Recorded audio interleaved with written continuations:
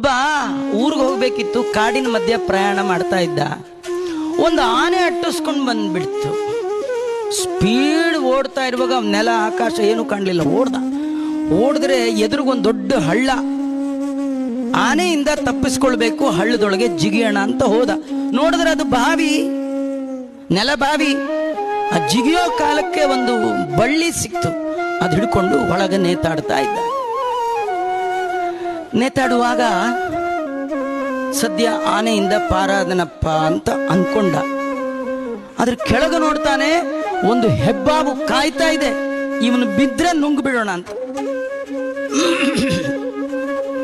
ಕೆಳಗೆ ಬಿದ್ರೆ ನನ್ನ ಕತೆ ಮುಗೀತು. ಏನೋ ಮಾಡಿ ಬಳ್ಳಿ ಹಿಡ್ಕೊಂಡೆ ಮೇಲ್ ಹೋಗ್ಬೇಕು ಅಂತ ಬಳ್ಳಿ ಅಲ್ಲಿ 2 ಇಲಿಗಳು, ಬಳ್ಳಿ ಮೇಲೆ 2 ಇಲಿ. ಅದು ವೈಟ್ ರ್ಯಾಟ್ ಒಂದು, ಇನ್ನೊಂದು ಬ್ಲಾಕ್, ಬಿಳಿ ಇಲಿ ಕರಿ ಇಲಿ. 2 ಆ ಬಳ್ಳಿನ ಕಡಿತಾ ಇದೆ. ಅವು ಸ್ಟ್ರಾಂಗ್ ಹಲ್ಲು, ಅವು ನಮ್ಮ ತರ ಕಟ್ಟಿಸ್ಕೊಂಡ ಹಲ್ಲುಗಳಲ್ಲ, ಆ ಸ್ಟ್ರಾಂಗ್ ಹಲ್ಲಲ್ಲಿ ಕಡಿತಾ ಇದೆ. ಯಾವಾಗ ಕಟ್ ಮಾಡಿ ಕೆಳಗೆ ಬೀಳ್ತೀನೋ ಗೊತ್ತಿಲ್ಲ. ಇಷ್ಟರ ಮಧ್ಯದಲ್ಲಿ ಅಲ್ಲೊಂದು ಮೇಲೊಂದು ಮರದಲ್ಲೊಂದು ಜೇನುಗೂಡು.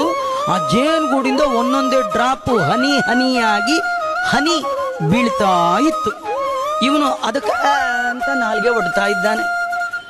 ಹೊರಗೋದ್ರೆ ಆನೆ, ಕೆಳಗೋದ್ರೆ ಹೆಬ್ಬಾವು. ಹಿಡ್ಕೊಂಡಿರೋ ಬಳ್ಳಿನ ಇಲಿ ಕಡಿತಾ ಇದೆ.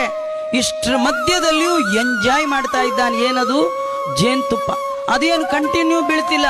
ಆಗೊಂದು ತೊಟ್ಟು ಈಗೊಂದು ತೊಟ್ಟು, ಯಾವಾಗಲೂ ವರ್ಷಕ್ಕೊಂದು ತೊಟ್ಟು ಬೀಳುತ್ತಾ. ಬೀಳೋ ಟೈಮ್ ಅಂತ ಹೋಗೋದು, ಸಿಕ್ತು ಇಲ್ದೇರಿಲ್ಲೇ ಇಲ್ಲ.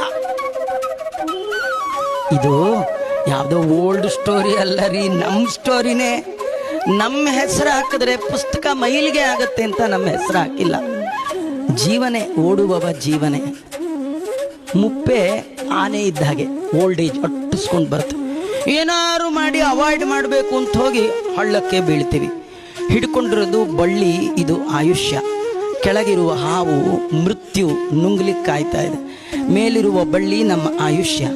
ಅದನ್ನು ಕಡಿತಿರೋ ಬಿಳಿ ಇಲಿ ಡೇ ಟೈಮ್, ಕಪ್ಪಿಲಿ ನೈಟ್ ಟೈಮ್. ಹಗಲು ರಾತ್ರಿ ನಮ್ಮ ಒಂದು ದಿನ ದಿನ ದಿನ ಕಟ್ ಮಾಡ್ತಾ ಇದೆ.